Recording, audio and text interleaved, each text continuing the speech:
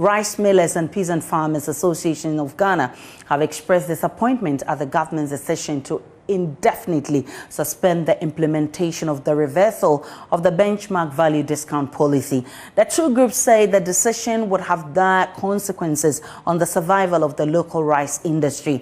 The farmer group said importers currently benefit from lower import duties made possible by the 15% benchmark discount policy, which has led to the flooding of the Ghanaian market with cheap imported rice. The group says the only available market for rice millers in Ghana is a school feeding program, which is unattractive because of the challenges of delayed payment. The benchmark value discount policy keep imported rice price below local production cost of rice in Ghana. The home-grown rice will continue to be uncompetitive, thus threatening sustainability of the thousands of rice farmers across the country and the jobs of thousands of persons engaged in the rice value chain, from transporters, mill workers, input suppliers, and their households. An estimated number of 100,000 persons who are directly engaged in rice value chain activities stand the risk of losing their livelihoods if the benchmark discount policy reversal is not implemented as planned. It is important to note also that while we grapple with these challenges, farmers from countries where imported rice originate enjoy huge subsidies and support from their governments, including very low interest rate on loans and guarantee minimum selling price for their products. Major rice millers such as Avinas have suspended purchasing of paddy rice. So a huge sum of paddy rice is currently locked up in the various villages. We don't have market, but they cannot also buy, because when they buy and process, they will sell at a loss because of the benchmark value. The rice millers, on the other hand, have to battle with high equipment costs, poor quality of rice produced, high cost of paddy rice, high interest rate, over 35% of interest rate, and low price of imported rice due to dumping from rice exporting nations such as Thailand, Vietnam, and the rest. In fact, as we speak now, here in Tamale, some rice mills are unable to purchase paddy to run their mills.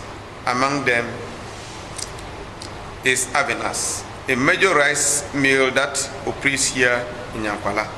The astronomical increase in the price of inputs, limited extension services, limited mechanization support, limited subsidies, difficulty access to credit, poor infrastructure, and lack of irrigation are the major constraints drawing back the potentials of Ghanaian rice farmer to produce at a lower cost and quality.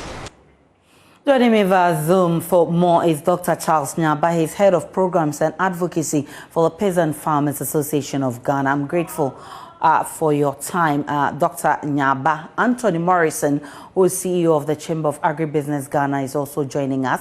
And Michael Darko, who is president of the Rice Millers Association, has also joined us via Zoom. Let me start with you, Dr. Charles Nyaba. What policy options, apart from the benchmark policy, should be considered by the government? Kindly unmute for me, Doc.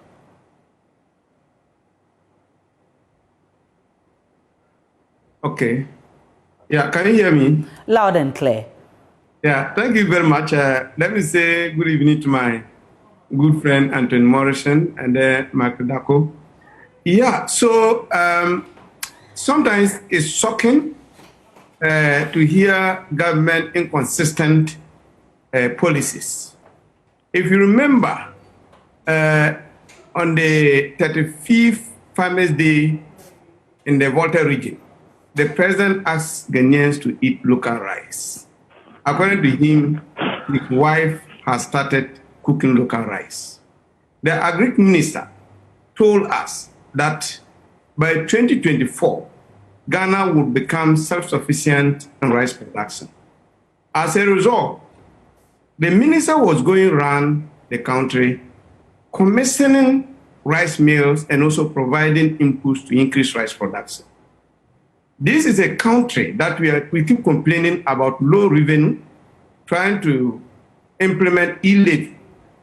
But this is free money that you can take to support your local industry to grow. And you decided to now rather subsidize your competitors to come and flood our market with imported rice. When there is potential, because the Agriculture Minister commissioned a research by a Korean researcher who said that even if you take central region alone, which is the least among the regions that produce rice, can produce enough rice to feed the whole country. So which means we have potential to actually become net exporter of rice. But we are not able to do this because of these constraints. Now you go ahead to rather give comparative advantage to other people to come and flood our markets with imported rice. So we are so much concerned. And the rice value chain employs not less than 500,000 people daily. As we speak, we are losing over 100,000 employees in the rice value chain because rice mills have closed down, farmers are leaving their farms, those who are doing marketing and what have you have all closed down all those activities because of some few importers who put pressure on government to actually reverse this policy. Are there some factors aside from governmental intervention which you see as a critical factor to show up consumption of local rice? No, the factor just has to do with investment. We need to invest to improve the quality of the local rice. We need to make it possible for our rice millers to be able to take credit and then bring in quality processes that will be able to process our rice like those rice that we import. We need to support farmers. Look, as we speak, one bag of fertilizer, which used to sell around 100 Ghana today, is going for 350 Ghana cedis. We cannot even talk of purchasing of tractors and agrochemical. Everything is gone high. So these factors is actually making it very difficult for farmers to become competitive. Now you go to the rice growing areas. How to even commit to your rice field when it's time for you to apply agrochemicals is a problem because the feeder rows are all destroyed. Warehousing. Government came in with one district, one warehouse. The warehouses that are built in the various districts, one farmer can produce or fill those warehouses. Let's look at what will happen to the Ghanaian economy in case this trend of rice importation continues. What will happen is that there will be a total collapse of the local rice production, loss of jobs, and then hunger will also loom. Apart from that, we will continue to experience the cedi depreciation because we need more dollars to bring in rice. Inflation, yeah. Let's bring in CEO of the Chamber of Agribusiness, Ghana, Anthony Morrison. I need you to paint a picture for me. What difference will it make if the government resumes the implementation of the reversal of the benchmark values? Well, thank you very much, and a very good evening to your cherished viewers. Yes, also let me say hello to my colleagues who are on Zoom with me. Yes, Ghana currently finds itself in a pinball situation. We are pouring the gold in a pinball and it's flowing downstairs. So there is nothing that is holding it. What we're actually doing is we put money in the PFJ and we are allowing people to import. So the taxpayers' money is being used to produce food and yet farmers cannot sell.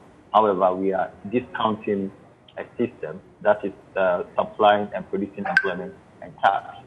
So what we need to do as a country, we just have to be head-on. We need to focus. We need to be innovative. It's very illogical for the current situation we are facing as a country, having the abundant arable lands in the country. Now, the most critical issue we need to do is government to set up the Ghana Rice Company. We need to mop up a company that can come in and mop up all the rice, the paddy rice around the country. I agree very well with my colleague Charles Nyaba. If this is not done, that is actually going to collapse the rice economy. And the rice economy is actually worth well over $4.5 billion. And you don't expect that to go waste. Now, moving on, we only had just about 6% increment in our last year's production on 500,000 metric tons. Now, consumption is well over 960,000 metric tons, and it's projected to increase because there are more restaurants coming, more hotels, the population keeps increasing. There are flooding of other immigrants from various other countries. So the projection for rice consumption is surely going to go up. What we need to do. Go ahead. What we need to do going ahead, looking at the 5 major regions: Volta, Northern region, Upper East, Ashanti, and also Western region.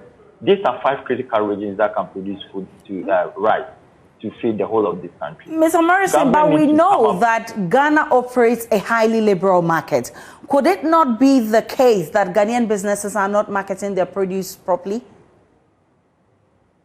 The 5 major countries we import rice from: US, Thailand, Vietnam, India, and the rest. They operate a much liberalized economy, but when it comes to rice, which is a high priority value chain commodity for the country, they control it. The government buys all paddy rices and sells to the exporters, who mail them and put their price on it. And you know what? Government makes double tax. We sell it to the rice millers or to the rice exporters, and when the rice exporters are exporting out of this country, their respective countries, they pay additional tax. So government is racking in revenue on this. Do you know how much Thailand and Vietnam make on rice taxes annually? That is well over $200 billion. Okay. I don't even want to talk about the cassava that they make money on. So we need to be very strategic. We spend well over $2.something billion annually on both rice production and rice importation. Let's bring in Michael Dako, who is president of the Rice Millers Association. Mr. Dako, if the government approves your request, the importation of rice will be burdensome. However, we also know that your members do not have the capacity to meet domestic demand for the staple. How about that? Good evening, and thank you very much for having us on your show. Let me address the capacity issue. I think that is a very, very flawed argument that has been raised. As of now, the 10 accredited millers in Ghana alone have about 1 million metric tons of capacity in Ghana annually. And we have over 60 mills, talking about the small and medium tier mills that we have in the country. So in terms of capacity, yes, we have the capacity to meet the complete rice mills of Ghanaians as of today. And we have more rice mills coming up. Have you tried engaging the government any further on your concerns? Yes, we have. We were at the Ministry of Agriculture yesterday. We are going to engage members and the majority leaders, both in Parliament, majority and minority. And we plan to be at the Office of the President next week. What has been the response so far? We know that the Ministry of Agri stands behind us because, as many have said, there's been a lot of investment already in the space from the ministry. Government has spent quite a lot of money on planting for food and jobs. Government has spent quite a lot of money in developing irrigated lands in various parts of the country for rice growers and to develop the rice value chain. We know the Ministry of Trade has supported us in terms of reversing this so that local Ghanaian rice millers and our farmers will have a chance to be competitive and to grow their businesses, and for the country to industrialize, and for us to support the Ghana Beyond Aid agenda. We look forward to positive feedback from your meeting with the president. I'm grateful, gentlemen, for your time.